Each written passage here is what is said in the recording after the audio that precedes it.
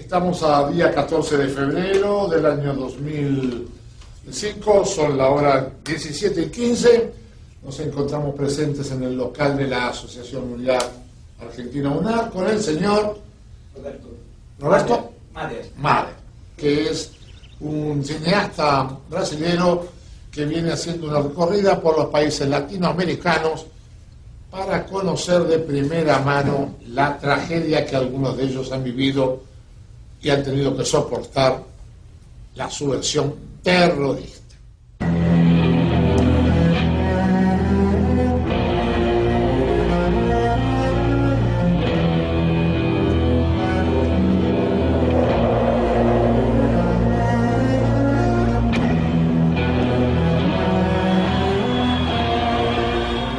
En los años 70 los militares se hicieron con el poder en Sudamérica.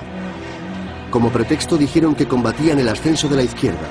Varios golpes de Estado sucesivos dejaron un rastro de intolerancia, secuestros, asesinatos y exilio. Los diferentes dictadores rebasaron las fronteras y unieron sus fuerzas. Fue uno de los casos más graves de terrorismo de Estado que han existido, la Operación Cóndor.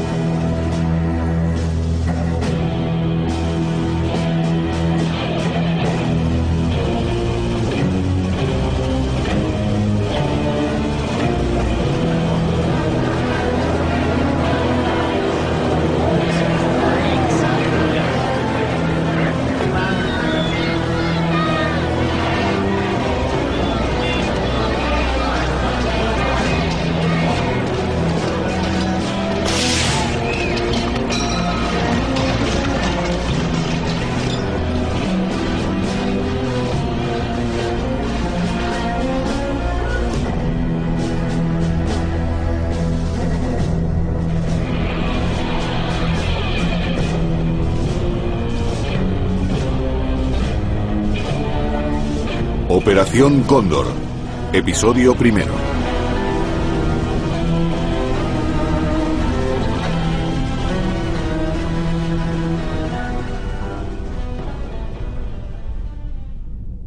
Es la defensa a ultranza de nuestros principios nacionales, de nuestra gloriosa historia, de nuestro pasado y nuestros próceres, de nuestros símbolos.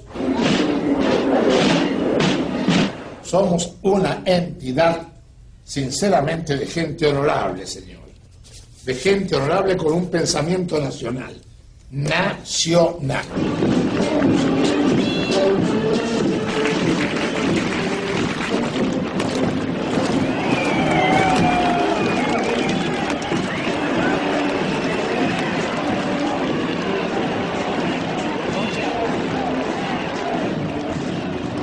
Yo tengo un hermano desaparecido, tengo un hermano que peleó del otro lado, chico inteligente, el menor de los varones, y un día hizo así, cambió, y hablaba mucho conmigo, y el cambio estaba orientado psicológicamente y de manera muy fundamental al odio al padre. Era romper con la jerarquía, romper contra el mando, romper contra lo que está establecido. Era fanatismo más odio. Y tercero, bragueta libre. Esto, sexo libre. Pito libre. Sexo libre. Yo creo que no. Puede ser una caricatura muy de derecha. Yo creo que más bien éramos un grupo de gente, de jóvenes, con muchos ideales.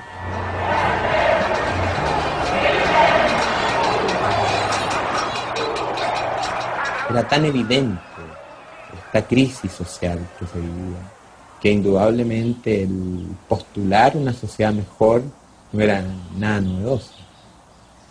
Al contrario, yo creo que la gente joven tiene muy claro estos blancos y negros, indudablemente es muy maniqueísta en ese sentido, el joven en general. Y indudablemente entre optar por una postura del establishment y optar por una postura revolucionaria, que estaba ahí, estaba Fidel en Cuba, estaban los movimientos revolucionarios prácticamente en toda América Latina, indudablemente que la opción entre el bien y el mal iba a ser por el bien. Saluda a nuestro pueblo junto a nuestro primer ministro, comandante en jefe Fidel Castro, ante el aplauso emocionado del pueblo congregado aquí en la Plaza de la Revolución José Martí. ¡Viva Cuba! Aquí en el mundo se estaba jugando la Guerra Fría y la subversión era una expresión de uno de los bandos para incursionar en el patio trasero del otro. Ya teníamos ejemplos claros de lo que iba a pasar, como lo que pasó en Cuba, como lo que intentó exportarse a Angola, el Congo, Etiopía. Entonces, señores, estaba jugando contra otras ideas. Ya es un problema de ideas. O presidente João Goulart assinou os decretos da Supra e da encampação das refinarias de petróleo. No comício da Central, Jango anunciou a decretação do tabelamento dos aluguéis. Estejam tranquilos, que em breve esse decreto será realizado. Los discursos de Brizola eran subversivos. Y la causa de la ambigüedad de las palabras del presidente Goulart, y quizás bajo la influencia de Perón, creí que la democracia estaba amenazada y que tendríamos que enfrentarnos a un golpe de Estado. Atenção Brasil! Atenção Brasil! Atenção Minas Gerais! As tropas do 2º Exército, sob o comando do general Cruel, ya sitiaron o estado da Guanabara. Los que nos opusimos al golpe de Estado nos convertimos en portavoces del pueblo. Algunos de mis colegas negaban el golpe, pero yo les dije, esto es un coup d'état, que literalmente quiere decir un golpe realizado por el Estado. Habían derrocado a un presidente que había sido elegido por el pueblo. Porto Alegre, João Goulart fugiu para o Uruguai, seguido de Leonel Brizola e outros elementos do governo deposto.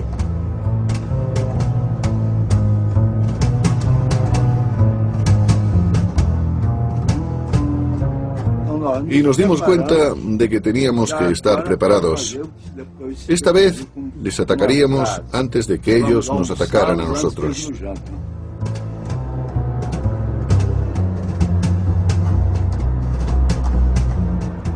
América Latina no era una región aislada y sus luchas internas no solo estaban motivadas por problemas locales. Estaba dentro del contexto de la Guerra Fría, el comunismo, el anticomunismo, el idealismo, la revolución y otras influencias.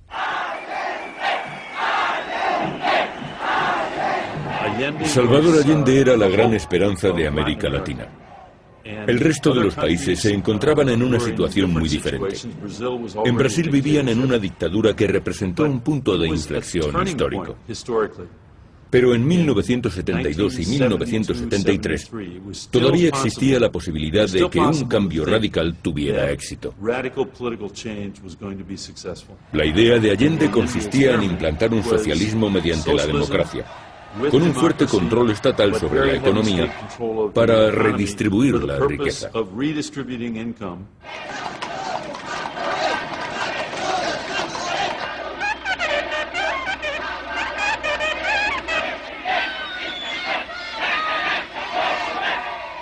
Allende trajo esperanza, porque propuso un cambio político radical que podía realizarse democráticamente. No iba a repetir el caso de Cuba, y desde luego no ocurriría lo mismo que en la Unión Soviética. Sería, como se dijo en aquellos momentos, una revolución con empanadas y vino tinto.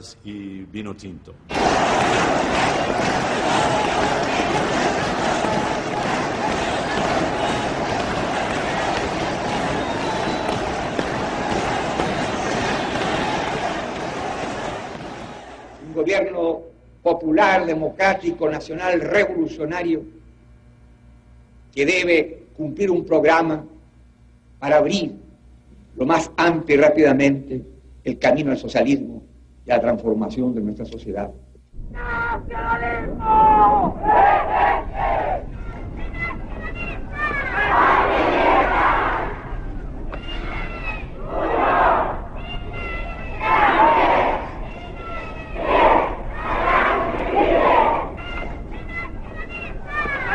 Clases dominantes y en este caso su aparato armado iban a actuar en contra de Allende y así lo hicieron.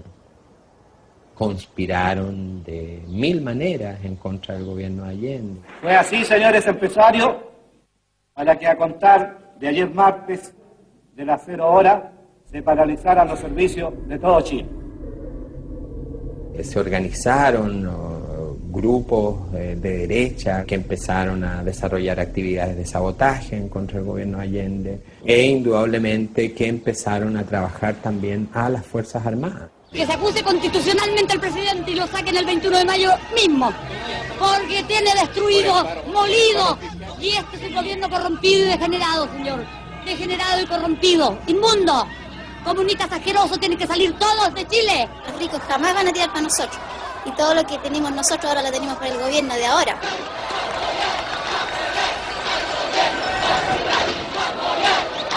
La tensión que había en el país iba creciendo. La izquierda estaba ya, hacía desde el año 60 que estaba en un intenso agitar. Era la intención de crear todo ese caos para generar una revolución marxista. Que los trabajadores, con los soldados, los marineros, los carabineros, deberán desobedecer las órdenes de los oficiales golpistas. Y en ese caso, tendrán el derecho a construir su propio ejército, el ejército del pueblo. El MIL no creía en la vía pacífica que Allende preconizaba en ese minuto. Nosotros creíamos que en un momento a otro se iba a desencadenar esta ofensiva militar, violenta, y que había que prepararse para ello. Y sin embargo, nuestra preparación no fue suficiente. No daré un paso atrás, y que lo sepan, dejaré la moneda cuando cumpla el mandato que el pueblo me diera.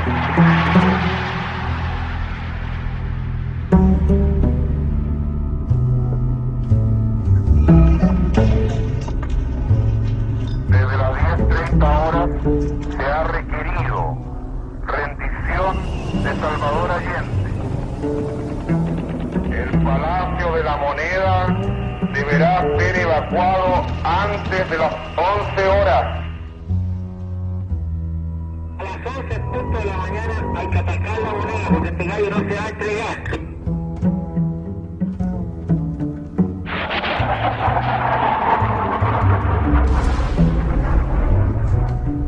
Trabajadores de mi patria, pagaré con mi vida la lealtad del pueblo, pero no se detienen los procesos sociales, ni con el crimen,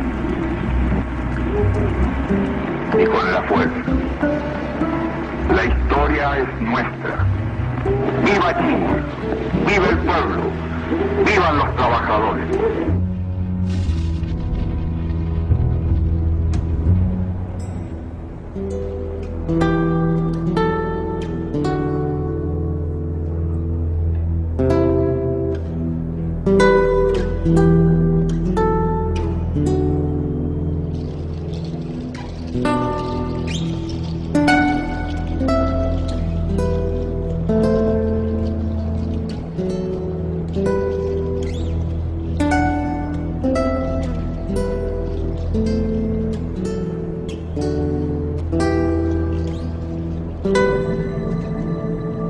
Tenemos la certeza de que la enorme mayoría del pueblo chileno está dispuesto a luchar contra el marxismo, está dispuesto a extirparlo hasta las últimas consecuencias.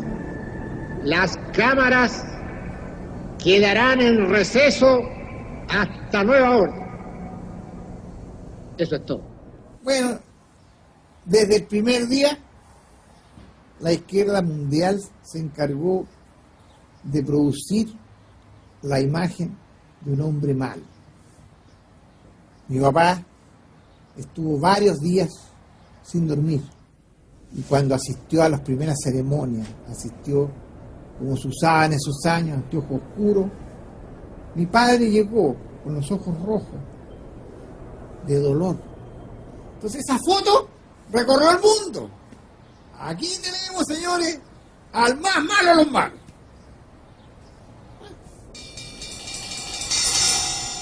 Se va a aplicar la ley marcial a toda persona que se le sorprenda con armas o explosivos. Va a ser fusilado de inmediato, sin esperar juicio sumario ni sumario.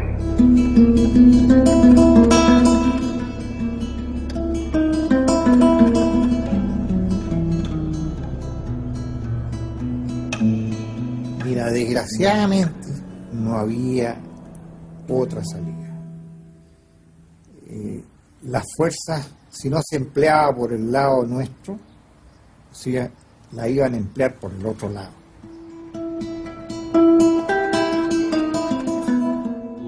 América Latina había padecido la opresión de muchos dictadores. Eso forma parte de su historia. Pero en los años 70 ocurrió algo diferente. Por primera vez, en los países latinoamericanos, se llegó a la conclusión de que la izquierda era una amenaza muy peligrosa.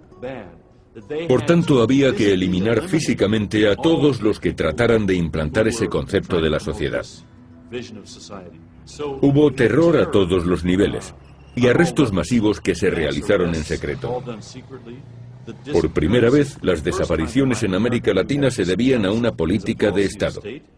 Ese es el tipo de actuaciones que describo en mi libro Operación Cóndor. Y por primera vez la solución para los dirigentes de todos aquellos países consistió en el asesinato masivo. No se puede decir de otra manera, fue un asesinato masivo.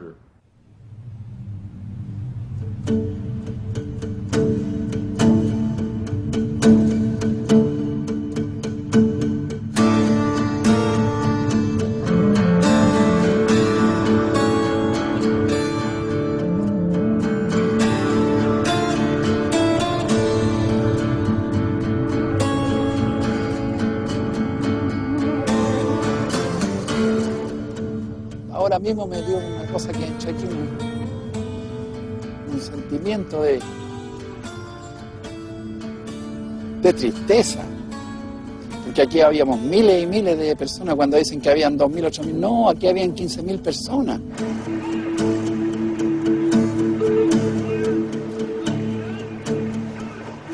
Ahí nos torturaban, nos pegaban, nos ponían corriente. A las mujeres las tenían en la piscina. No solamente las torturaban, les pegaban, sino que las violaban.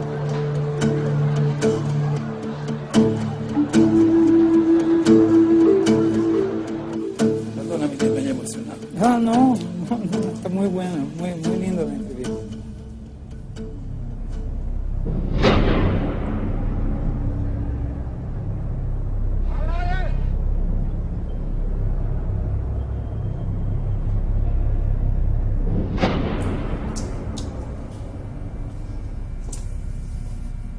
Aquí nos pegaban unos tontos de goma que llaman, nos ponían unos trapos mojados en la espalda y nos pegaban.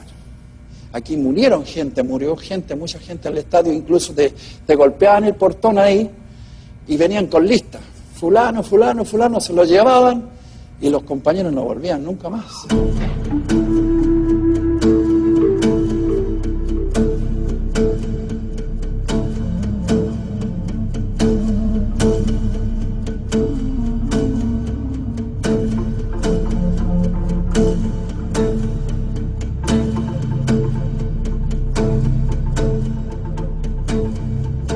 Las marcas que tengo son de los pies, pues mira, allá donde me colgaban. Hacían 31 años que no volvía acá. A muchos compañeros, yo creo que incluso todavía hay mucha gente que no quiere venir, no quiere, porque te emocionáis aquí y empezáis a acordarte de cosas que te pasaron.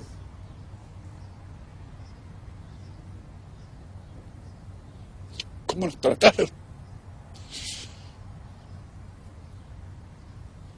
Y revivís todos. Lo reviví de nuevo. ¿Visto? Pero también tuvimos fuerza después de salir de prisionero en las poblaciones y empezamos a luchar contra la dictadura.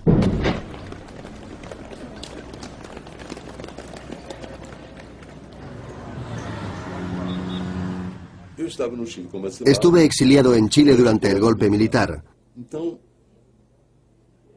Cuando este se produjo, buscamos refugio en la embajada argentina y algunos de nosotros fuimos arrestados. Se llevaron a varios hombres de nuestro grupo al Estadio Nacional.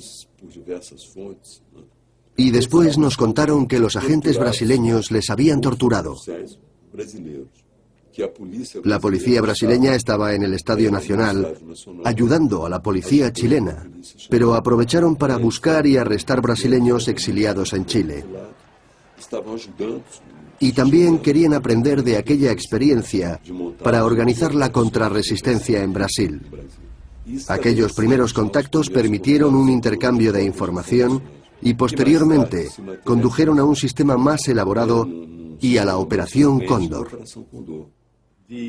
La influencia más importante en América Latina fue la del ejército de Estados Unidos. En aquella época siempre había decenas de miles de latinoamericanos entrenándose en la Escuela de las Américas, que estaba ubicada en Panamá.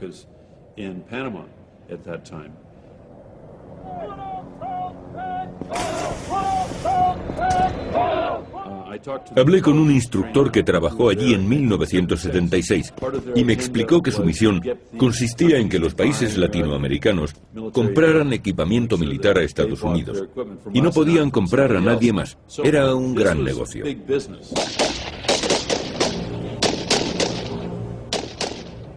Hay dos tipos de contexto. Uno es el contexto subyacente desde la década de los 60 en América Latina, con toda la influencia de lo que fue la doctrina de seguridad nacional impartida por Estados Unidos a través de la conferencia de ejércitos americanos, y que se va afianzando hasta convertir a los militares en la única trinchera posible que puede salvar al continente contra el comunismo, y es, por supuesto, entonces el brazo armado de Estados Unidos. Y el momento en que confluyen distintas dictaduras en el Cono Sur.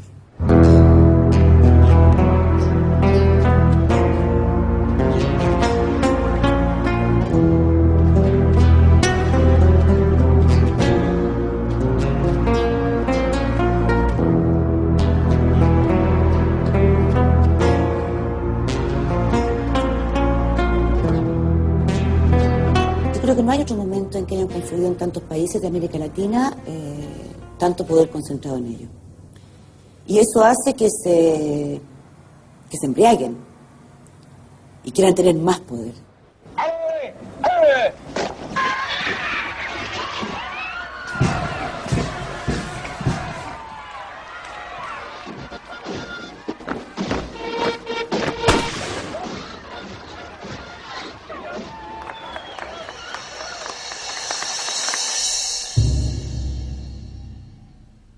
Mira, esto, por ejemplo, los países centroamericanos, este es de persa, estos son argentinos y uruguayos. Bueno, no mucho tiempo, bueno, hace 30 años. Hace 30 años. Hace tiempo. Hace 30 años. Y ahí ya cuando ascendía general. ¿Qué sientes cuando lees las fotos, güey? Bueno, siento pena de lo que está pasando. Siento pena.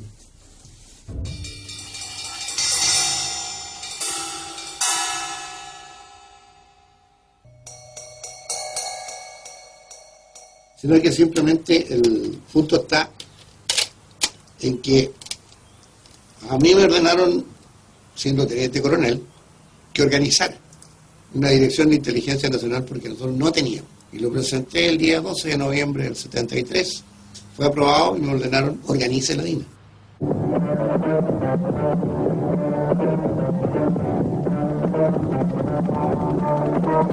amparados en enfermizos fanatismos ideológicos, se enfrenta a la sólida amalgama de valores, espíritu de sacrificio de un grupo de hombres que con claros ideales, con la misión de neutralizar y destruir la base guerrillera.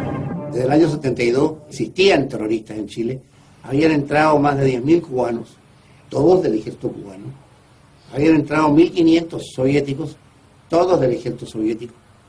Entonces sabíamos que se estaba organizando un ejército guerrillero. Son detenidos por carabineros e integrantes del foco guerrillero de la zona. Indudablemente que la actitud nuestra en ese minuto es de resistencia, pero había que replegarse porque la represión era muy grande. Alrededor de 500, 600 militantes, digamos, fueron aniquilados prácticamente en los primeros años del gobierno militar.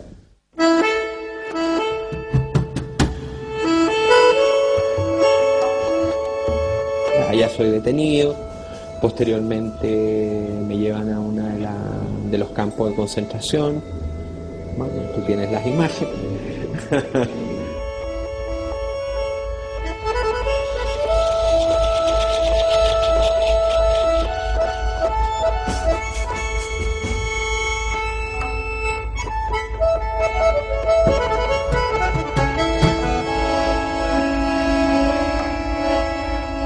Éramos prisioneros de guerra que teníamos que obedecer a una disciplina militar que no teníamos. ¿Ah?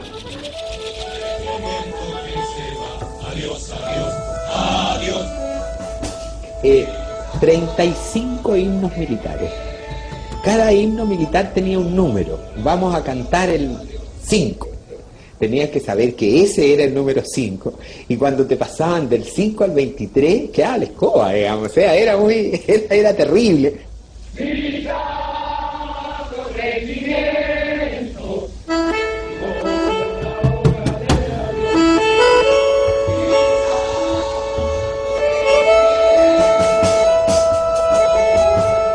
Entonces, claro, no todos marchaban igual, no todos llevaban el paso, y eso era motivo de golpe. Porque el soldado, para ellos, era la máxima expresión de lo mejor que la patria tenía. Eran los soldados, son los mejores hijos. Fue nacido contra la opresión, fue nacido contra la opresión. Y todo a discreción. Yo viví 2 consejos de guerra en Pisagua. En ese caso, 12 compañeros del Partido Comunista fueron juzgados y 2 de ellos condenados a morir. Y los acusaban de querer a 12 personas tomarse individualmente 12 sitios estratégicos de la ciudad. Uno de ellos se iba a tomar el regimiento, otro tenía que ir a envenenar el agua, otro tenía que, en fin, o sea, estupideces de esa naturaleza. O sea, de esa guerra estamos hablando. Por eso te digo de que todo esto, de que en Chile había una guerra, es una broma.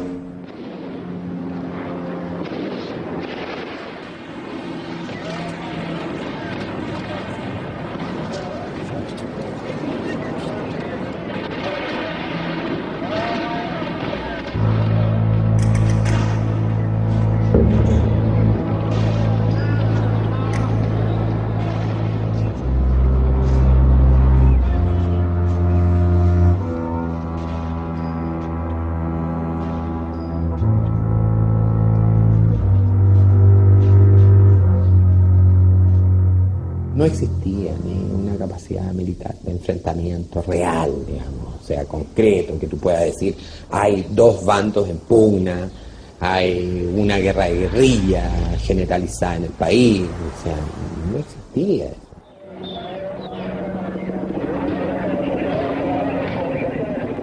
En aquel tiempo, el problema en Sudamérica era grave, porque todos los movimientos terroristas estaban siendo coordinados por Buenos Aires.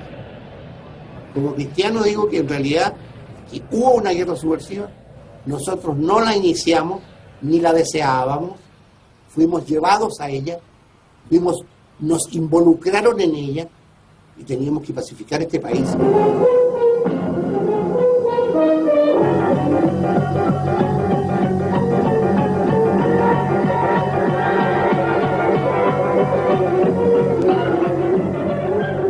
Los combates urbanos con los guerrilleros son así. No es asunto de que parlamentemos, bandera blanca, no. Aquí o muere él o muero yo, una de dos, no había otra.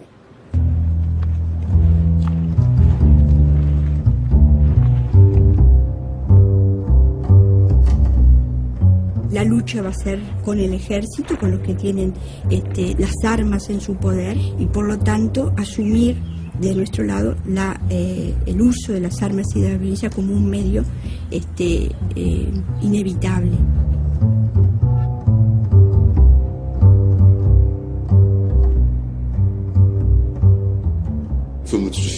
Evidentemente no fue sencillo. No es agradable empuñar un arma sea cual sea el motivo. Yo lo hice por primera vez cuando tuve que custodiar al embajador de Estados Unidos, pero por suerte no fue necesario utilizarla.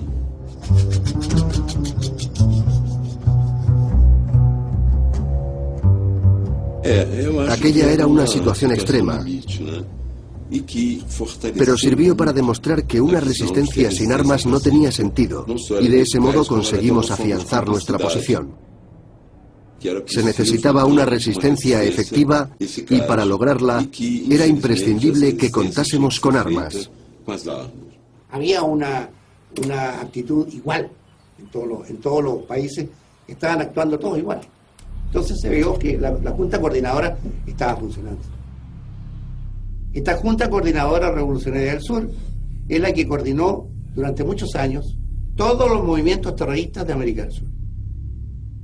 Tanto los brasileros, los tupamaros de Uruguay, de Bolivia, el MID, el Partido Comunista de Chile, y el ERP argentino, los montoneros argentinos, los coordinaba esta junta.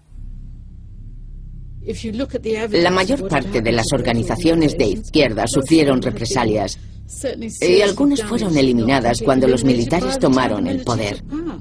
Pero lo cierto es que no eran una amenaza tan grande, aunque eso es lo que utilizaron como excusa. Se decía que los grupos izquierdistas actuaban dentro del contexto internacional. Tema de inteligencia. Aquí tiene España,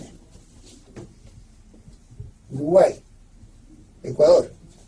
Y esta la he hecho en Argentina, el 77. Y luego, nada que ver con operaciones. Llamaban Condor. No. Nunca se llamó Condor. Tercera Conferencia Regional de Inteligencia Nacional. Sí. Ese era el título.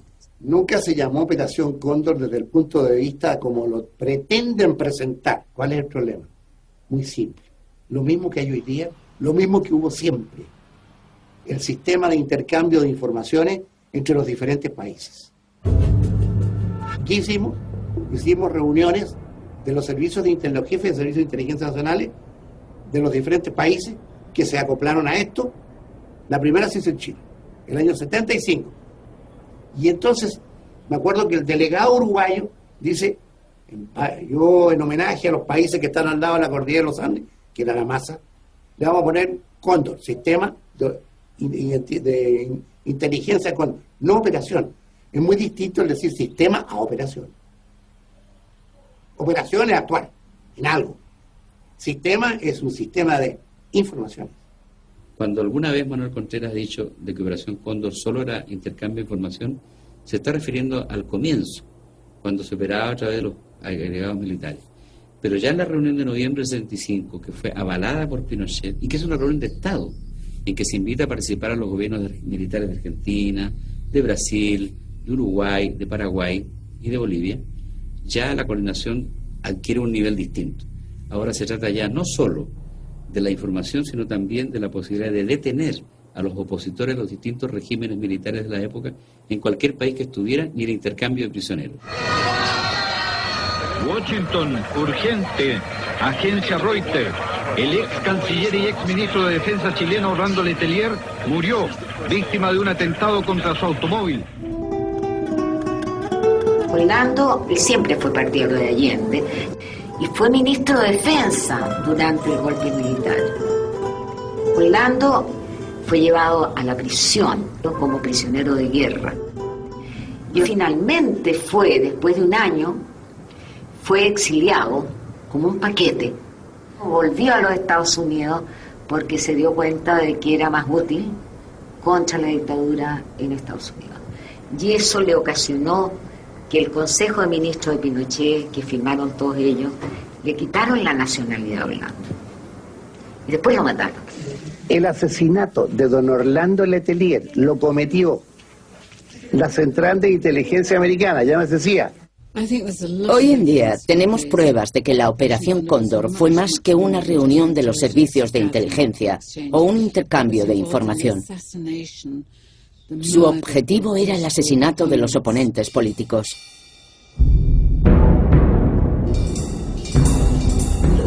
Un gran número de dirigentes democráticos opuestos al régimen militar fueron asesinados en el exilio.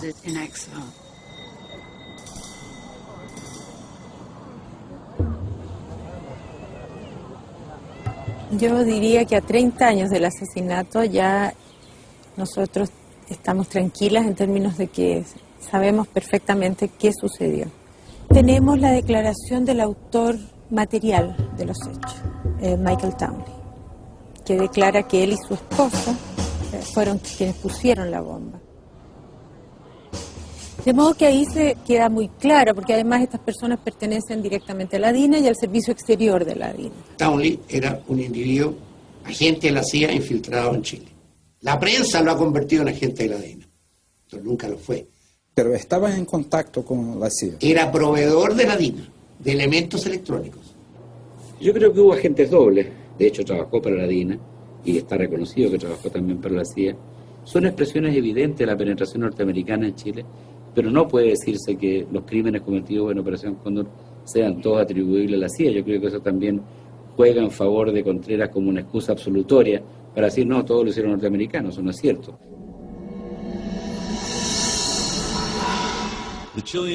Creo que los chilenos cometieron un grave error. Pensaban que los norteamericanos tolerarían que un asesinato en su país quedase impune. Pero inmediatamente se abrió una investigación muy rigurosa. Hay tomos enteros de documentos con detalles acerca de la actuación de Chile y de su forma de operar.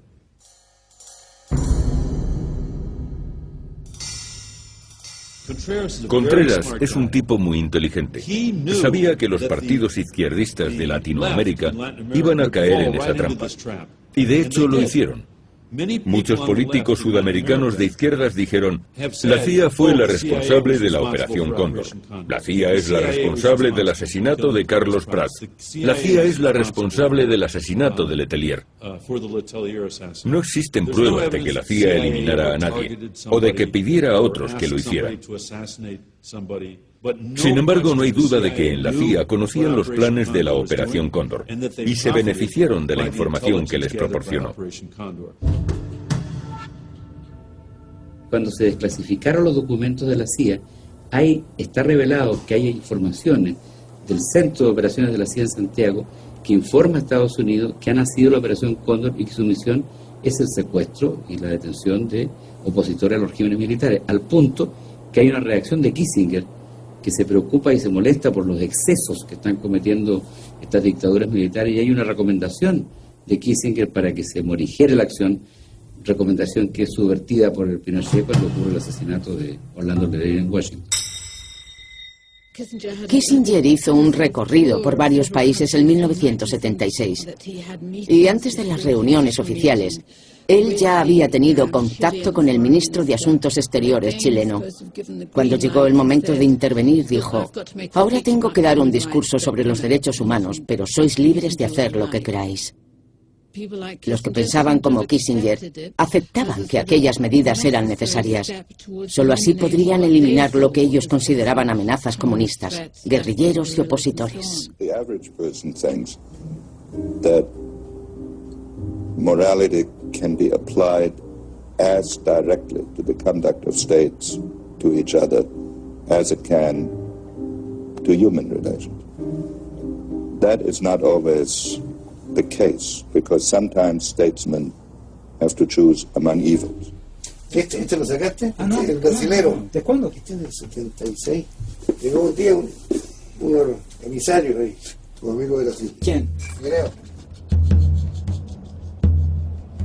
João Figueiredo era buen amigo del presidente Geisel. Estamos hablando de 1975, el año en que se celebró la unión del Comité chileno. Por lo que sé, poco después le ofrecieron a Geisel hacerse cargo de ciertos aspectos de la Operación Cóndor. Su cometido principal sería eliminar a los adversarios más populares, ya que existía la posibilidad de que se fortalecieran y recuperasen el poder en algún momento. Pero Geisel no aceptó. Eso es la Operación Cóndor. Cuerpos desfigurados, torturados a muerte, escondidos, dinamitados, restos de huesos que son enterrados en plena cordillera.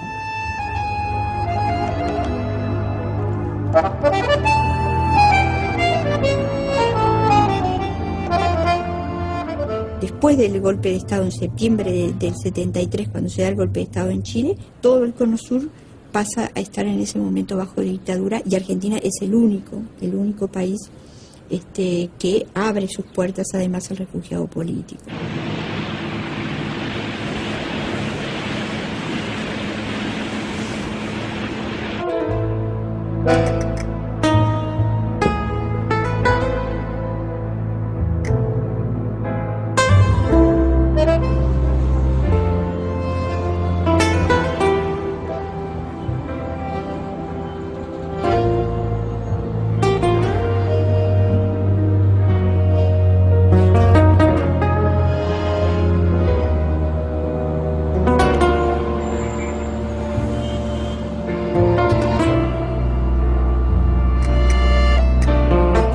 Argentina terminaba, salía de una dictadura y por lo tanto se vivía ese periodo de gran euforia.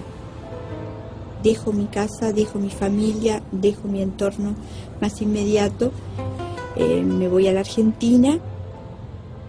La llegada de uruguayos en ese periodo a Buenos Aires era así contingente, diría, de uruguayos que eran perseguidos acá. En aquel momento, una gran cantidad de refugiados latinoamericanos iba a Buenos Aires y acababan quedándose allí. El golpe de Estado se produjo en 1976 y de pronto se vieron atrapados. Nadie podía salir del país. Las personas que no eran de procedencia argentina también cayeron en manos de la represión. Y el gobierno se dedicó a arrestar a todos los que interferían en sus planes. Eran las 11:30 de la noche aproximadamente cuando sentimos golpes en la puerta y en ese momento rompen los vidrios y quedamos paralizadas en el momento en que vemos esa entrada de hombres todos de civil con armas largas, era alrededor de 15 personas. El canastito de Simón había quedado sobre la cama grande, donde me tiran a mí, me empiezan a golpear para arrancarme información. Yo tiendo a agarrar a Simón, me dice que no lo puedo llevar conmigo, que nos van a llevar a un lugar donde él no puede estar y que no me preocupe, que a él no le va a pasar nada. Y hice esa frase que después quedó para recordar que esta guerra no es contra los niños. Ahí nos acondicionan ya para la salida, que va a ser manos y piernas atadas, vendada los ojos, hasta que llegamos a un lugar que es el lugar donde vamos a estar durante 10 días.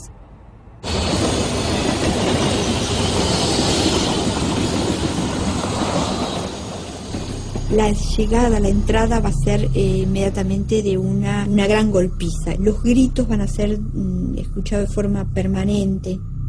Se torturaba sobre todo de noche. Una persona que estaba dirigiendo ese operativo, evidentemente, en un momento me pregunta si lo conozco. Le digo que no. Y me dice que él es el mayor Nino Gavazo, un oficial del ejército uruguayo que operaba de forma muy notoria. Y creo que inconscientemente ahí tuve la absoluta seguridad que no íbamos a salir con vida de esa situación, porque ningún oficial de un ejército que está operando en otro país iba ante sus víctimas, iba a dar su nombre. En Argentina, casi todos los que fueron apresados por la Operación Cóndor fueron retenidos en el antiguo taller Automotores Orletti. Muy pocas personas salieron vivas de aquel lugar. Un grupo de uruguayos fue devuelto a su país porque su gobierno lo reclamó gracias a la Operación Cóndor. Por eso pudieron sobrevivir.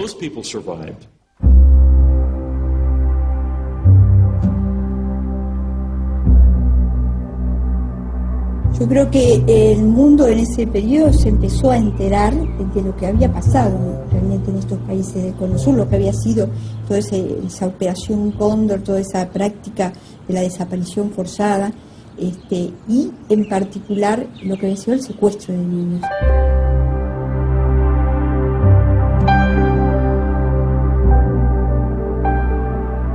Esa práctica tan aberrante que se llevó a cabo en la Argentina realmente no tenía, en el mundo no había experiencias anteriores.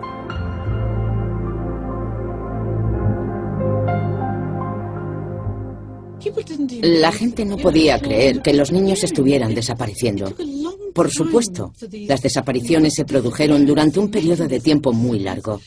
Nadie sabía qué estaba ocurriendo exactamente. El golpe de Estado de Argentina se produjo después de varios años de caos político. Murió mucha gente de ambos bandos, pero en cierto modo, el golpe fue bien recibido porque el pueblo confiaba en que se podría recuperar el orden.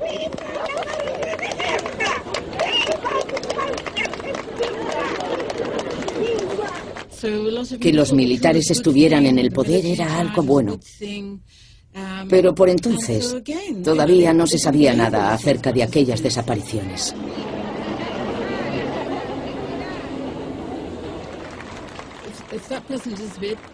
La gente pensaba que los desaparecidos habían cometido algún delito. Si no, no habrían desaparecido.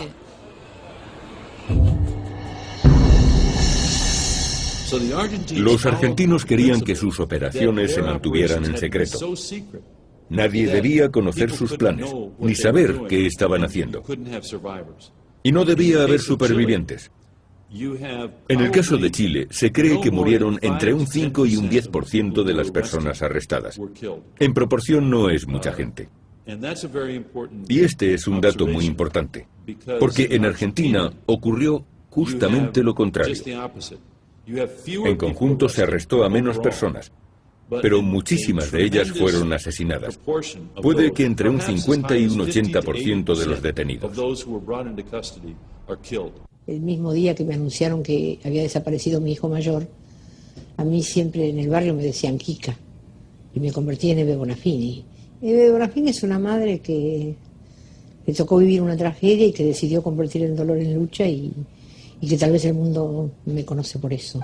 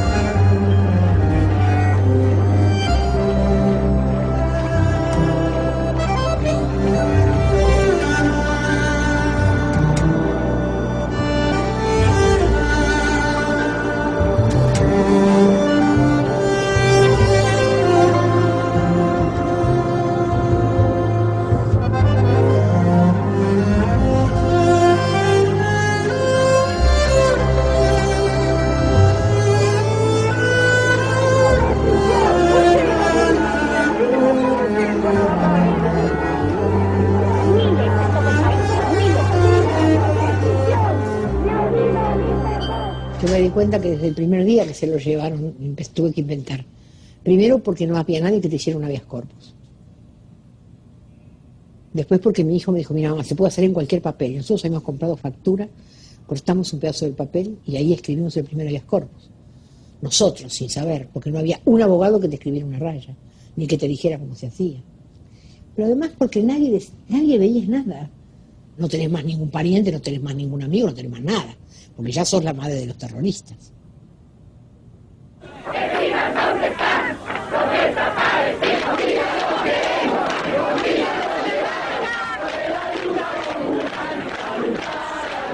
Los jueces decían no busque más a su hijo porque se fue con otra mujer. Los políticos decían que éramos mentirosas las madres, que Balbín dijo, no hay desaparecidos. Hay muertos, dijo Balbín. Pero nunca se ha desaparecido, no puede tener ningún tratamiento especial, es una incógnita, es un desaparecido, no tiene entidad, no está, muerto en vivo, está desaparecido.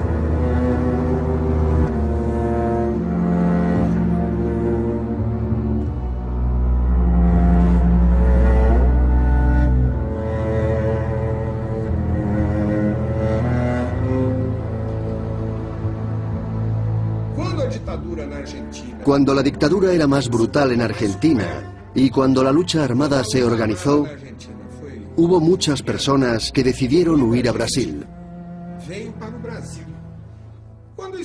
Y fue entonces, en el momento de mayor afluencia, cuando surgió Clamor. Los fundadores fuimos tres: Jaime Wright, Jan Rocha y yo. Se nos ocurrió crear Clamor después de una conversación con un grupo de argentinos en la que nos contaron sus terribles experiencias. Empezamos a publicar un boletín en 3 idiomas, inglés, portugués y español, e intentábamos hacerlo llegar a todas partes.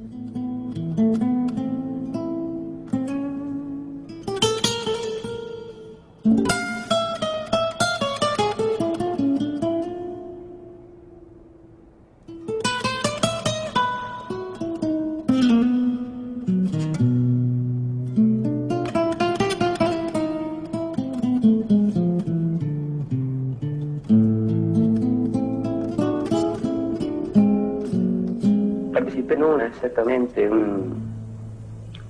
una operación que se le daba el nombre Cabe de Zapato Roto.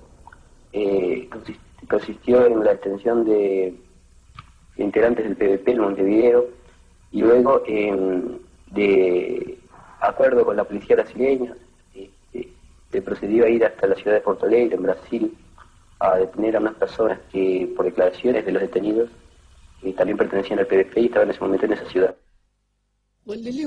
Lilian pertenecía a un partido izquierdista de Uruguay, el Partido por la Victoria del Pueblo. En esa época trabajaba en obras sociales.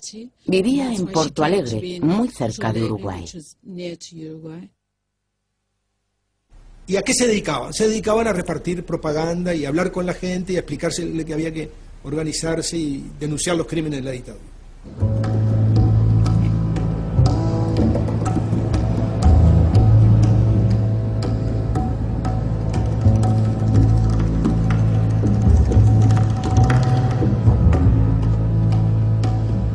Habían unas camionetas con muchas personas armadas y ahí nos trasladan, a mí me suben con mis hijos a una van, nos hacen poner boca abajo.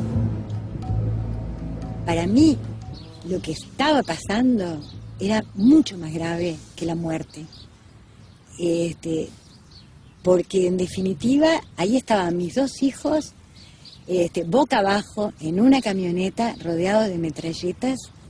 Francamente le dije, bueno, yo tengo que salvar a mis hijos y entonces puedo decirte que en mi casa va a haber una reunión el viernes y que va a ir gente importante de mi organización. Bueno, hicieron las consultas y finalmente me dijeron, bueno, sí, nos volvemos a Porto Alegre, que ese fue el episodio más terrible para mí, separarme de mis hijos en ese momento, ¿no?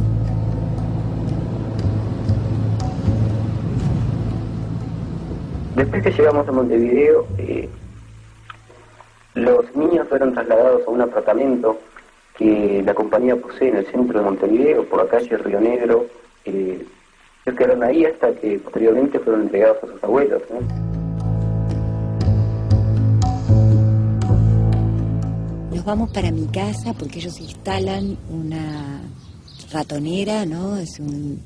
Bajan todas las cortinas y ahí nos quedamos en mi casa. Además, yo tenía muchas evidencias de que algo irregular estaba ocurriendo, porque ella no llamaba ni aparecía.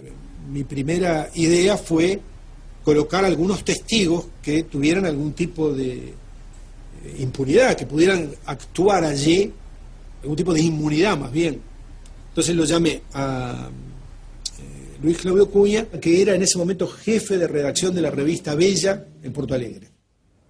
No dia 17 de novembro de 78, eu recebi telefonema de alguém falando espanhol, relatando que casal e 2 crianças haviam desaparecido do seu apartamento. Chegamos até a porta do apartamento 110 e apertamos a campainha. A porta se entreabriu e apareceu o rosto de uma jovem morena, magra, o olhar apavorado. E a porta foi escancarada e apareceram 2 homens, cada um com uma pistola enorme. Nos colocaram dentro de uma sala, semi-escurecida. Parecia que eu era mais um uruguaio ali dentro. Porque quando eu falei em português pela primeira vez, opa, o que está vendo? Nós somos jornalistas da revista Veja. Eu percebi uma certa hesitação. E o suposto chefe da operação, quando ele voltou mais amável. Aí ele disse, não, isso é problema de estrangeiro ilegal no país, contrabando, essas coisas, né? Vocês entendem. Volvemos otra vez a la delegacia de policía, pero pasan las horas y finalmente volvemos a Uruguay. Bom, na segunda-feira, a gente foi até a polícia para levantar as informações oficiais sobre o que havia acontecido. Foi na Federal e lá o delegado desconhecia a operação. Não sabia de nada. Na Polícia Estadual, o DOPS também negou, disse que não sabia de nada. Bom, naquele momento se instalou em nós uma dúvida. Opa, está todo mundo negando um negócio que a gente viu, notoriamente feito por policiais, portanto a coisa é mais grave do que aparentemente é. Então, a partir daí, a gente começou a tratar de um caso que cada vez mais reforçava a ideia de sequestro. Houve um certo momento em que a polícia redigia nota oficial desmentindo tudo que a gente investigava, e a cada nova mentira que a polícia divulgava, dava mais elementos para que a gente investigasse.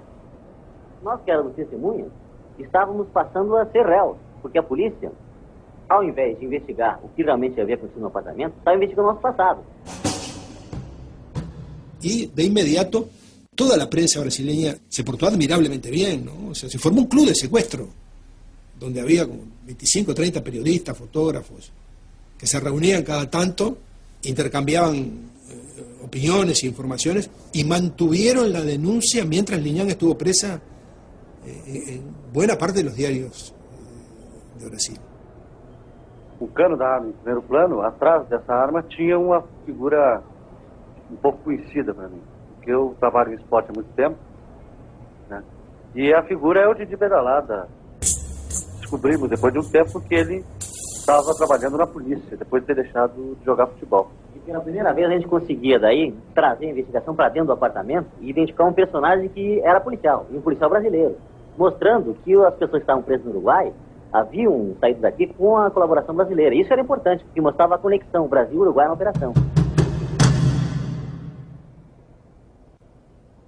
En esa época nosotros no nos imaginábamos que eso formaba parte de un plan maestro donde había un acuerdo suscrito por las cúpulas de los ejércitos y que tenía por lo tanto el aval de los 2 gobiernos centrales.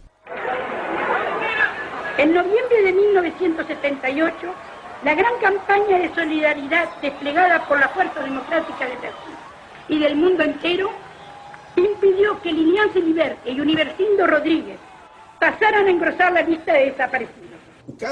El caso de Lilian Celiberti y Universindo Díaz puso al descubierto una de aquellas operaciones. Conseguimos que la noticia llegase a todo el mundo y pudimos salvar la vida de los 2.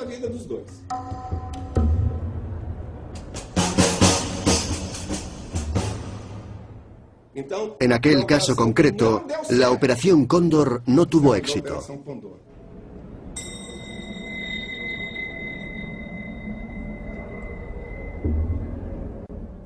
Cuando yo era ministro durante la presidencia de Figueiredo, arrestaron a una joven. Me parece que se llamaba Lilibeli. Lilian Celiberti. Eso es. Broussard fue a protestar ante los tribunales. Yo consulté con el director general de la Policía Federal y me explicó que los detenidos habían sido atrapados en la frontera. Entonces yo también me dirigí a los tribunales.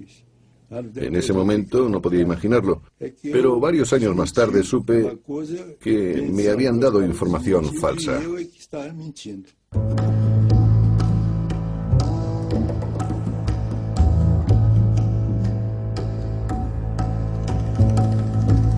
Hoje já se passam 2 anos e Dona Lilian tem que dar respostas a esses mesmos netos. Por exemplo, a Francesca de 6 anos que me pede: vovó, por que mamãe está presa? Vovó, por que os militares uruguaios foram buscá-la lá no Brasil? La Operación Cóndor fue un proceso de intercambio de información, pero implicó muchas más cosas. Encarcelaban a los que huían a otros países. La mayoría de la gente huyó a Brasil. Y hubo muchos casos, como el de Lilian Celiberti y Universindo Díaz, fueron detenidos en Brasil. Y las autoridades los devolvieron a Uruguay. Estas operaciones resultaban muy reveladoras, ya que si los detuvieron fue porque la Operación Cóndor pasó del intercambio de información al intercambio de personas. Y la lucha contra el comunismo se extendió por todo el continente. Que nós não haveremos de arrefecer a nossa fé enquanto não tivermos, aqui no Brasil e em qualquer país do mundo, livres, livre e universal.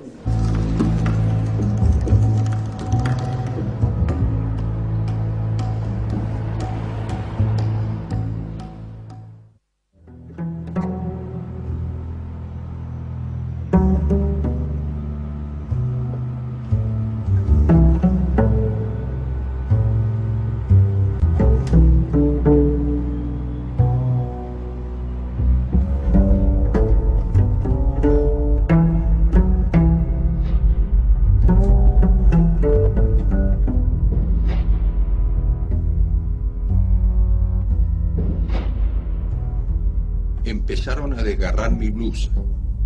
Me introdujeron un electrodo en la vagina y comenzaron a darme corriente con otro electrodo móvil. Este es el testimonio prestado por la doctora Sheila Cassidy en la Comisión de Derechos Humanos de Naciones Unidas situada en Ginebra.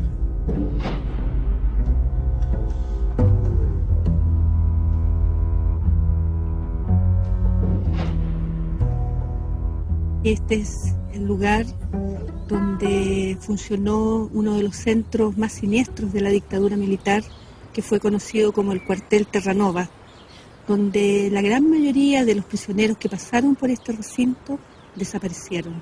Este era un lugar de la muerte, yo quiero partir por ahí. Por lo tanto, uno sabía que aquí no existía. ¿Qué significa eso? Que cuando uno estaba aquí, las autoridades desconocían que lo tuviesen detenido. Entonces nosotros, cuando ya nos decían que algún amigo que estábamos en Villa Grimaldi, sabíamos que estábamos desaparecidos. Y aparte de eso, aquí atrás ustedes ven lo que se denominaba la torre. Ahí se aplicaba el pau de arar en la parte de abajo y tenían presos a las personas en unas, que en realidad no eran calabozos, eran una especie de jaula, se levantaba una tapa de madera. Estábamos como animales, solo se podía permanecer en cuclillas. Nos sacaban nada más que una vez al día, generalmente de noche, para hacer nuestras necesidades. Los que no aguantan se hacen ahí mismo y deben pasar revolcados en la mierda. Estar en esos cajones es una verdadera pesadilla. El objetivo de él es quebrarte. El objetivo de él es deteriorar tus convicciones. El objetivo es transformarte en un colaborador, en hacerte cambiar de bando, en definitiva. O por lo menos transformarte en una cosa.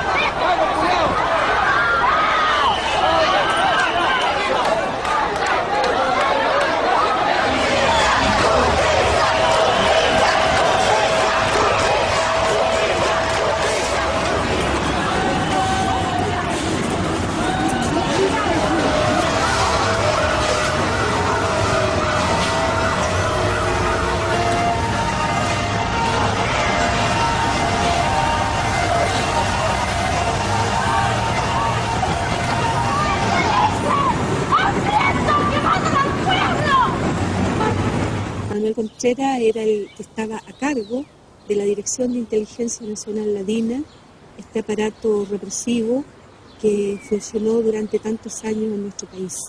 Y por eso, si alguna vez yo tuviese la posibilidad de preguntarle a Contreras, le diría que tuviera la valentía y me dijera a mí dónde quedó mi padre. No tengo idea, no sé. Y ella perfectamente bien, ya con el entrenamiento que tiene de muchos años, es lógico que lo que miente ya lo aprendió como realidad y como verdad. Ya se le preocupa como verdad y convence a todo el mundo que es una verdad.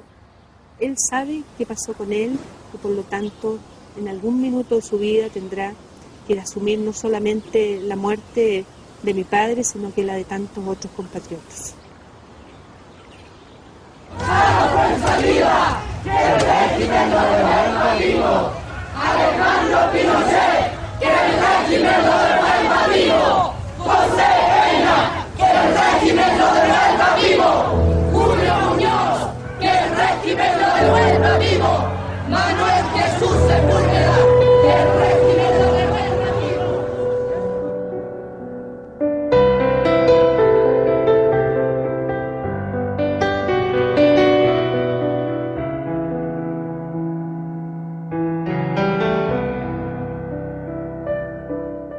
Los asesinatos masivos no intimidaron a los revolucionarios. Había cadáveres por todas partes. Y la gente tenía miedo simplemente de desaparecer.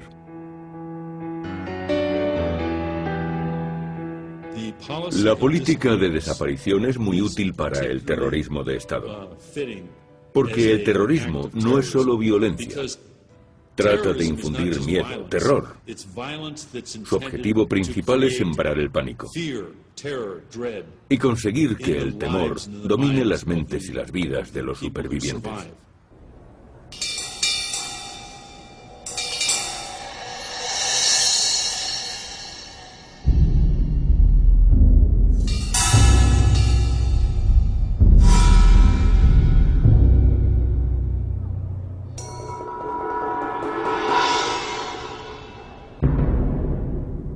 Senhoras e senhores telespectadores e ouvintes, o gabinete de Sua Excelência, o secretário de Segurança, 5 terroristas são apresentados à opinião pública e trazem as câmeras da sua televisão Tupi, a Rádio Tupi, o seu rápido depoimento. Eu, subjetivamente, não tendo aceitado a coisa como tal, objetivamente me liguei a elementos que estava comprometido com o chamado terrorismo. Conclamamos essa juventude para que se empenhe, né, em todos os projetos hoje legais do governo, do presidente Médici, que visam fundamentalmente a redenção dessa pátria e a colocação dela numa situação de destaque no plano internacional.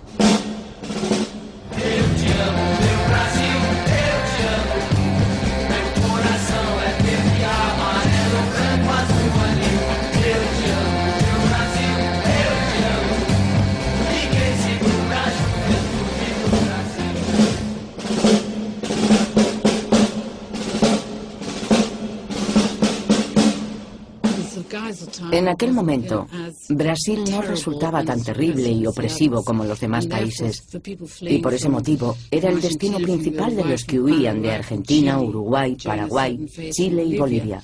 Brasil se convirtió en un refugio, un paraíso.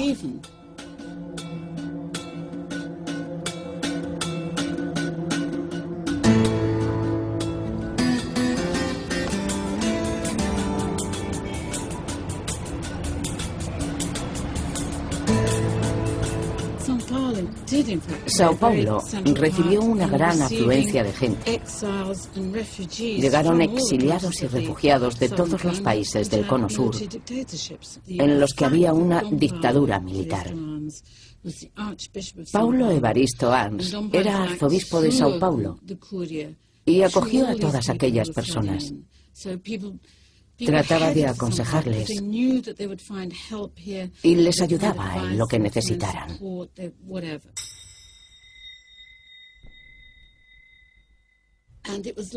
Era exactamente lo contrario de lo que la Iglesia Católica estaba haciendo en Argentina. Allí la gran mayoría de la jerarquía eclesiástica, aunque no toda, apoyaba el régimen militar. Se convirtió en un apoyo para las organizaciones que luchaban por los derechos humanos. La Iglesia les proporcionó un espacio físico donde desarrollarse y sobrevivir. Acontece que nós descobrimos que em países da América Latina algum regime fez desaparecer os pais e depois deportou crianças.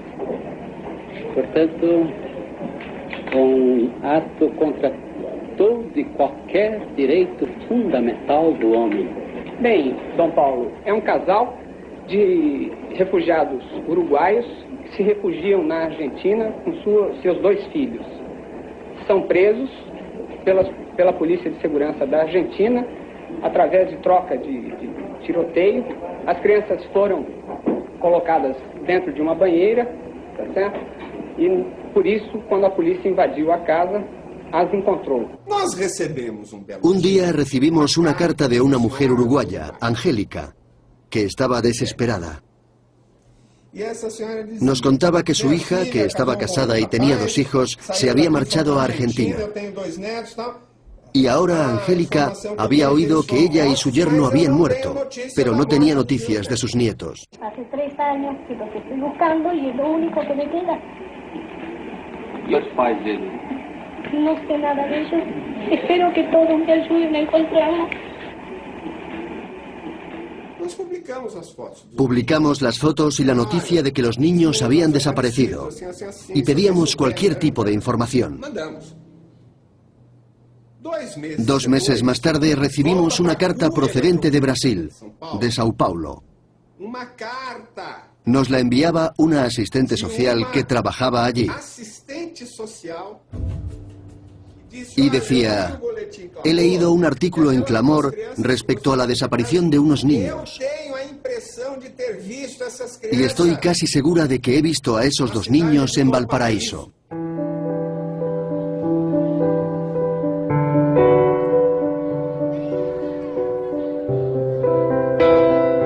Sanito, calecita, una rueda de carrusel, habrían más por allá también. En el verano a veces se colocan por allá también. Pero son menores, no eran como en ese tiempo que eran mucho más, era una plaza de juegos. Tengo flashes que quedaron de aquella época, mis papás tirados en el piso, con un milico apuntándole, fuego de un arma de fuego que de repente la vimos mientras estábamos escondidos con mi mamá. Mi mamá tenía a mi hermanita en brazos, yo estaba de la mano, ella tenía 1 año y medio, yo tenía casi 4.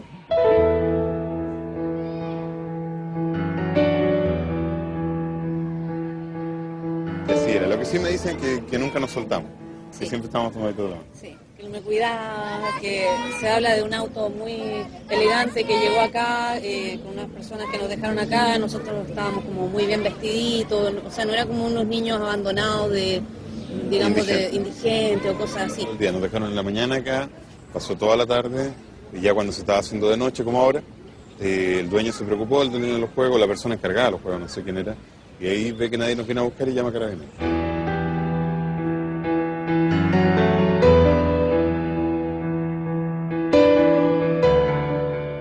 Bueno, nosotros al hospital donde trabaja el marido, a oído de un accidente social, llegó el caso de los niños, ¿no? De 2 hermanitos que estaban en la casa menores, que no tenían padre. Entonces le dijimos a Anatolio, conversamos y le preguntamos a él que lo venían a buscar y si él se quería ir, se quería. ¿De qué se quería? No sabe. Y ella era muy chiquitita, así que no. Y era gordita, sí. Era gordita. Y yo los hacía pedazos los chupetes.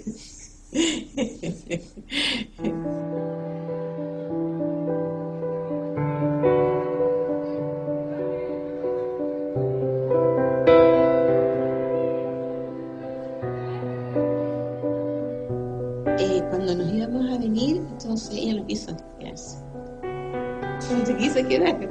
No se quiso, mami, papi, mamá, y se agarró, se tomó hacia el cuello de mi esposo, y bueno, me pasaron una ropa, una cosa, una mamadera, algo así, y partimos con ella.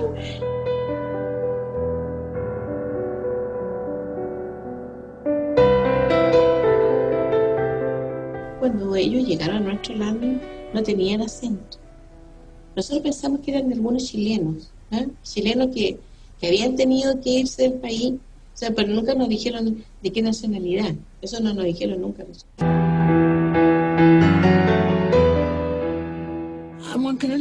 Se trataba de una situación muy complicada. Anatoly tenía entonces 4 años. Sabía quién era, sabía su nombre y el de su hermana. Sabía también los nombres de sus padres y había visto cómo los mataban o los herían. Esa fue una de las razones por las que decidieron llevarlos a Chile, un país lejano al otro lado de los Andes. Ninguna persona de Uruguay o de Argentina se puso en contacto con ellos. Nadie sospechó jamás que eran hijos de desaparecidos. Hace 3 años que los estoy buscando y es lo único que me queda.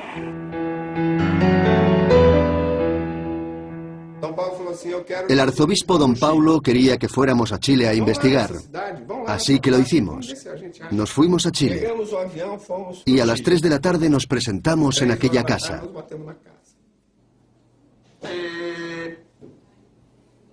El marido y la mujer estaban allí. Nos dejaron entrar, pero se mostraron muy recelosos al principio.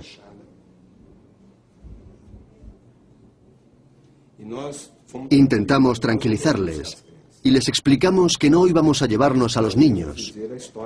Solo queríamos contarles lo que había ocurrido. Yo les sugerí que debían conocer a la abuela de los niños, pero el padre adoptivo no quería. Estaba muy reacio, incluso dijo que apoyaba al régimen.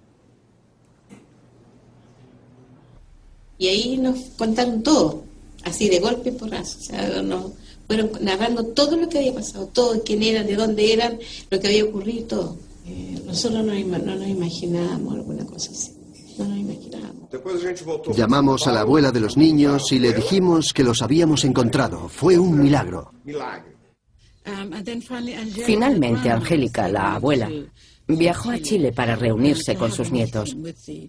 Pero habían pasado 3 años desde la última vez que se habían visto. Mi abuela, por desgracia, no tenía ninguna mención en psicología, así que cuando llega, lo primero que hace es que me separa, dice, yo soy tu abuela, de verdad, y tus papás son estos, y me muestra las fotos, y tú vivías en Uruguay. Me cuenta toda la historia en una playa.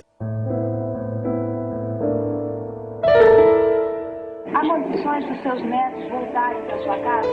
Creo que es lo lógico, con todo el dolor que me duele mucho ocasionarle a los padres adoptivos.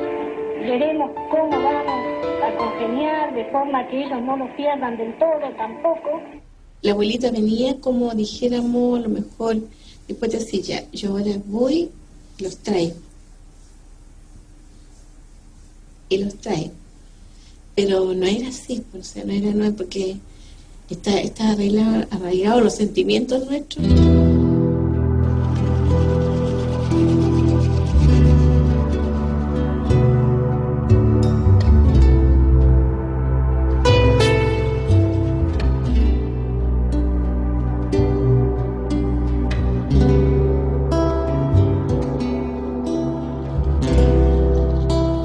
Mi abuela vino a llevarnos con justo derecho, éramos lo que quedábamos de su hijo desaparecido, de su nuera.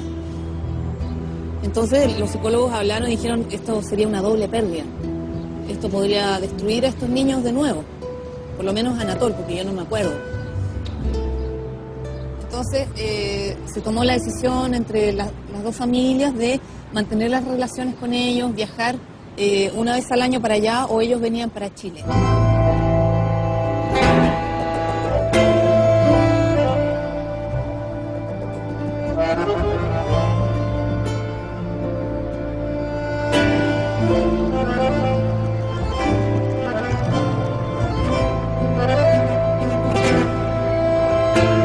Una situación muy difícil, esa primera visita de Anatola acá, en Montevideo, Uruguay, encontrarse con su familia y acompañado de, en ese momento, que cumplía su rol de padre. ¿Qué edad tenía mi hermano ahí?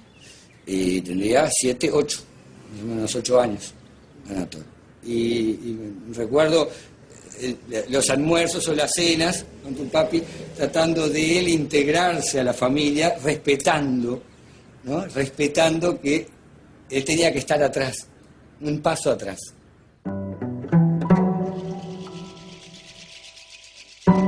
Anatol se reencontrara con su familia y él estar atrás por si lo precisaba, ¿no? Y mostrándonos de alguna forma, dándose a conocer a la familia de acá. No me voy a olvidar más porque fue un placer, un caballero.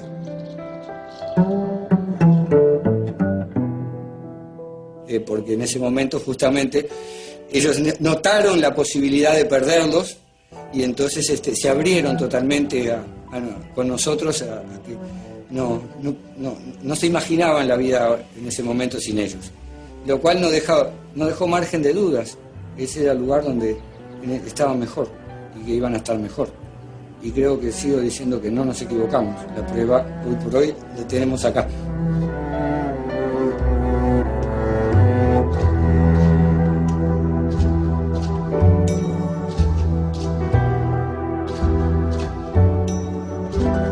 El secuestro de niños, creo que donde más sistemáticamente se aplicó fue en la Argentina, y forma parte un poco también de ese aspecto, digamos, que pone el acento en que los subversivos, las personas que enfrentan al terrorismo de Estado, digamos, personalizan una doctrina satánica que precisa ser objeto de un lavado de cerebro, y que esa gente tiene que ser reeducada en los valores de la civilización supuestamente occidental y cristiana, y por lo tanto hay una legitimidad en, digamos, robar esos niños, apropiarse de esos niños para educarlos en otras coordenadas ideológicas y morales.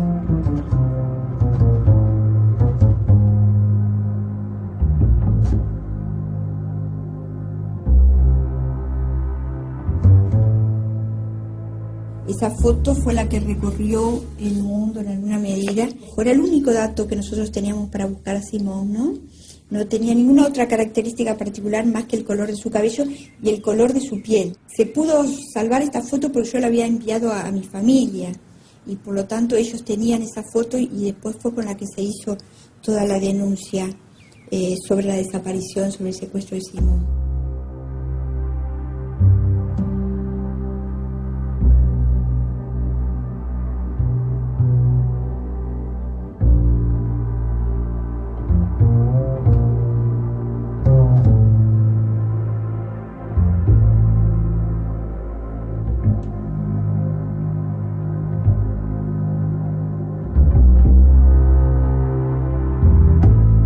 Fueron 25 años. No es fácil encontrarse con un hijo que, por más que sea su hijo, es un hombre de 26 años, la edad que tenía cuando nos encontramos.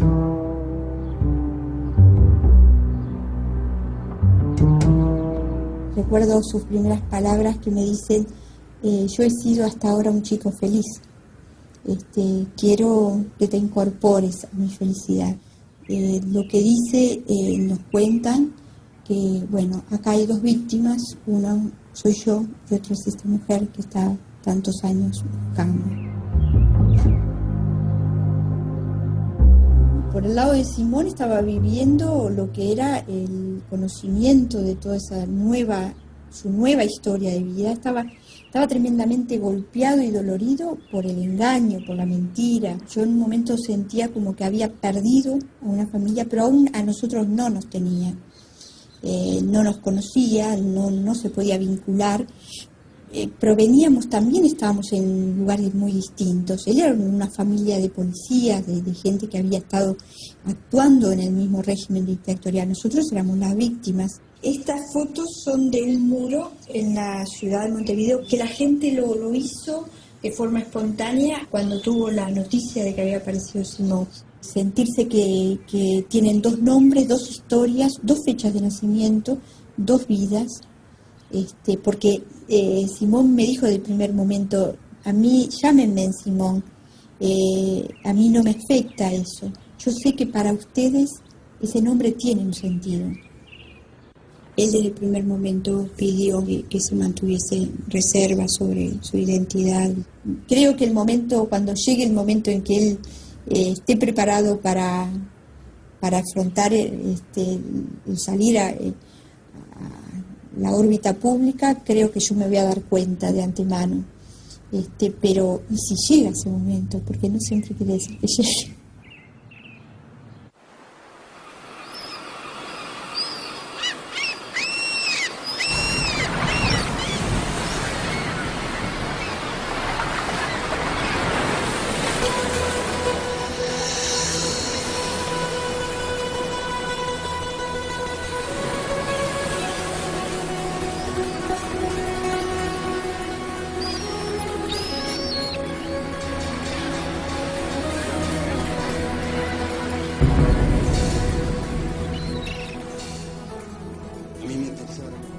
Como que cada cierto tiempo me tienen que volver a contar la historia de nuevo, ¿no?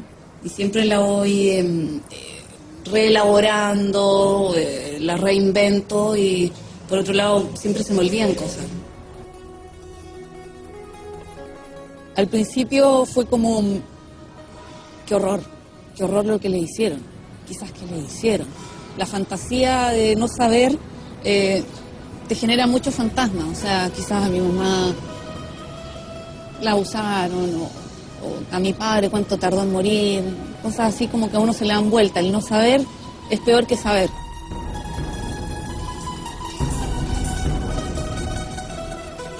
Después pasé por la etapa de decir, bueno, estos son personas que, ¿cómo se atrevieron a hacer lo que hicieron teniendo hijos? Como que me pasé por un momento de rabia también hacia ellos. ¿Qué esperaban de la vida? ¿Qué futuro iban a tener si seguían en lo que seguían y más encima fueron padres? Después pasé por otro momento en que dije, estas personas son admirables porque siguieron sus ideales hasta la muerte. Y fueron padres y todo, y se atrevieron y fueron gente valiente.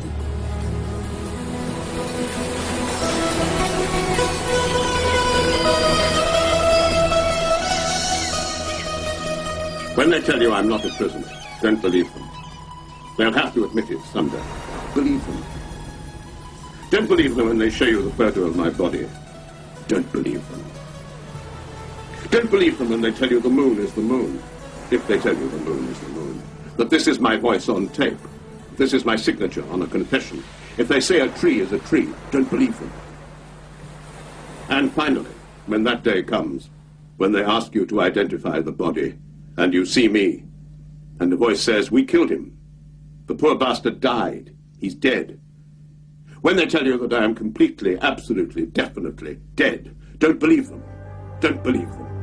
Don't believe them.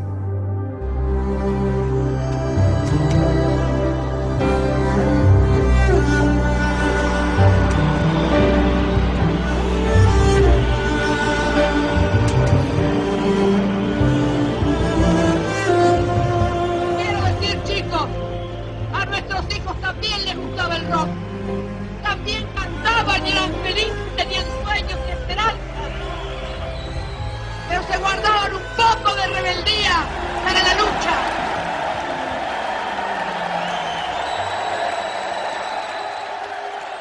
Para mí, la cosa más importante que hizo este presidente es reivindicar a nuestros hijos como sus compañeros. Él dijo, los hijos de ustedes son mis compañeros y ustedes son mis madres. Para mí la reivindicación y la reparación más grande es esa. No hay plata para pagar eso. Que le da Jorge Rafael Videla a la pena de reclusión perpetua. Evidentemente creo que Argentina pasó por momentos tan ciclotímicos, ¿no? Por un lado, ni bien vuelve la democracia al juicio, a las juntas, encarcelan a los principales responsables, después progresivamente las distintas leyes de impunidad. El punto final y la obediencia debida son leyes que ponen los políticos para perdonarse ellos. No solo perdonar a los militares, se perdonan ellos. Se perdonan los jueces, un poquito cada uno, y bueno, ahora está todo bien. Listo.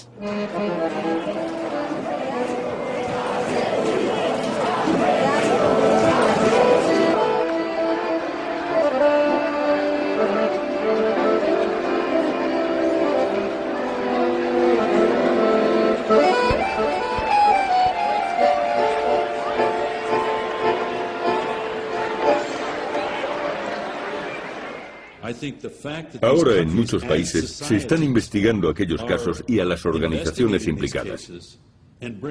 Juzgan a ciertos individuos y en una gran mayoría se han abolido las leyes de amnistía. Ahora se puede llevar a juicio a los represores. Ahora es cuando la sociedad hace justicia a sus propios ciudadanos, aunque será un proceso imperfecto e incompleto. Muchos casos no se investigarán bien, pero desde luego serán muy pocos los militares de alto rango que logren escapar de la justicia en América Latina.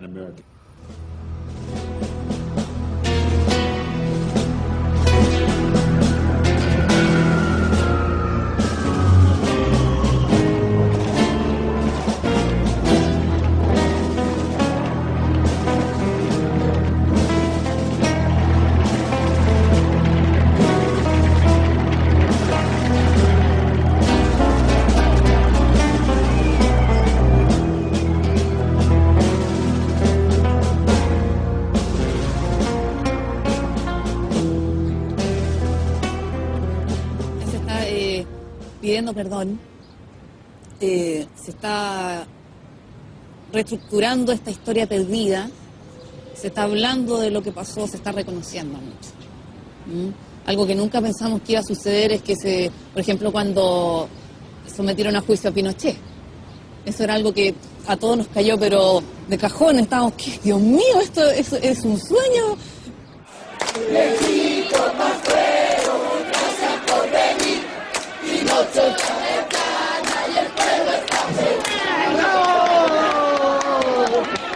Lo más importante en el caso de Operación Cóndor y en todos los casos de Pinochet desde el punto de vista jurídico es la vigencia de los tratados internacionales, el respeto a las convenciones internacionales sobre la tortura.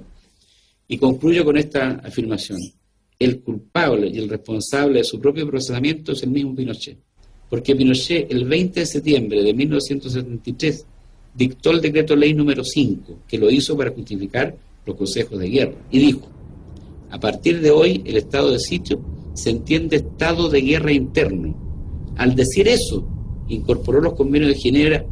¿Y qué dice el artículo 3º común de los 5 convenios de Ginebra? Dice: ningún delito cometido contra prisioneros de guerra puede ser amnistiado nunca. Y justamente de la posibilidad de perseguir a Pinochet 30 años después de delitos que de acuerdo a la ley común estarían prescritos efectivamente, es porque gracias a los convenios de Ginebra los crímenes contra la humanidad no prescriben. Creo que en general América Latina ha progresado, pero en la mayoría de los países se ha avanzado más que en Brasil. En Uruguay se detiene a los represores. En Argentina, un alto oficial de la Armada tuvo que pedir disculpas a su pueblo por haber participado en la represión durante el régimen militar.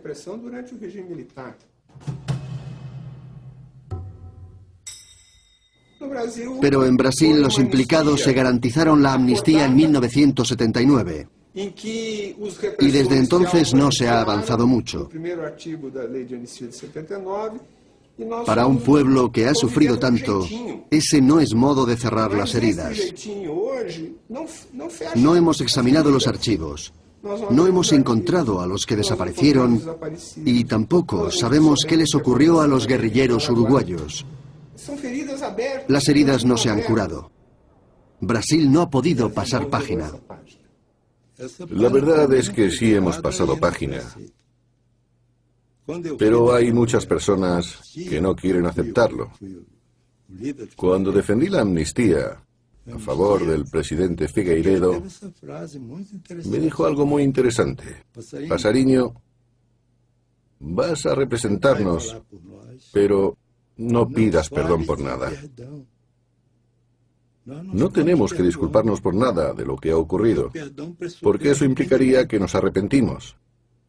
Y no quiero que nadie se arrepienta de lo que ha hecho. Solo quiero que olviden, que avancen y que empiecen una nueva página en la historia de Brasil. Entonces yo le escribí un discurso a Marcos Freire. Olvidemos a los que han muerto, pero no han sido olvidados.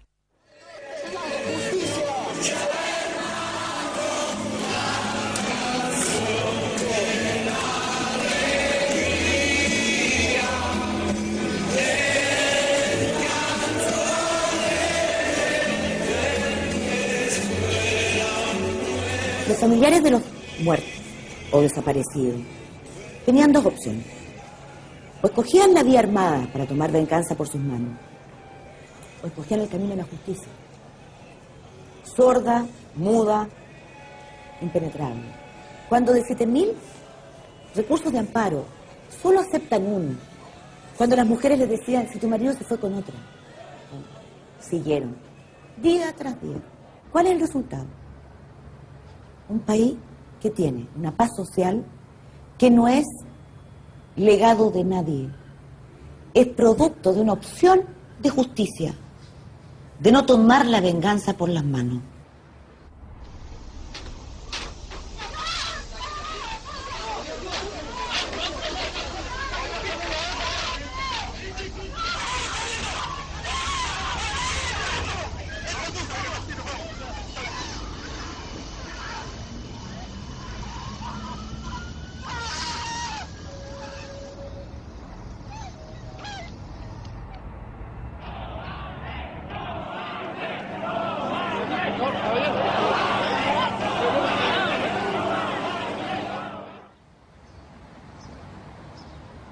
Yo haría lo mismo que hice en aquella época, porque nosotros cumplimos estrictamente con la ley.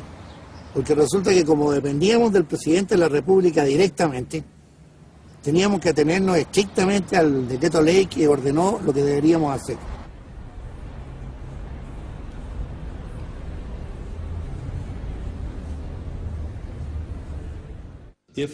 Si en el futuro alguna organización militar se siente tentada de nuevo a imponer una dictadura o un régimen autoritario, tendrá la oportunidad de consultar el pasado.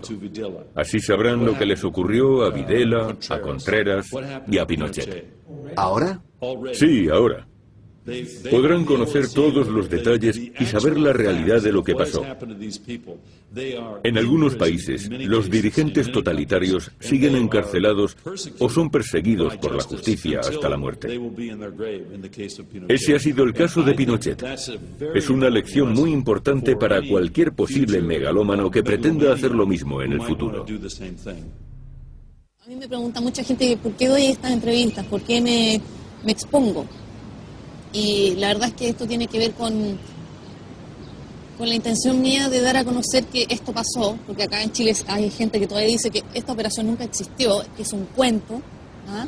Pero aquí estoy yo soy la que me pasó y a mi hermano, esto pasó y nos pasó a nosotros.